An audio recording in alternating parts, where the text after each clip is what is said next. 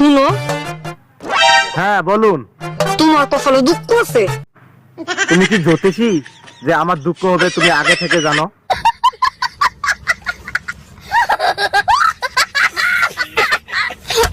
তুমি যে কি বলতে চাইছো আমি কিছুই বুঝতে পারলাম না। বুঝবা না তুমি যাবে কিনা বলো।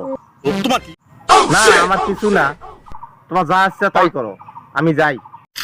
ওকে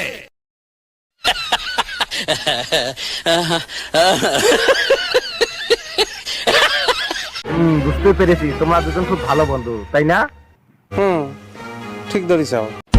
মনে হয় এলো। হায় হায়, তাইলে এখন উপায়? উপায় আছে।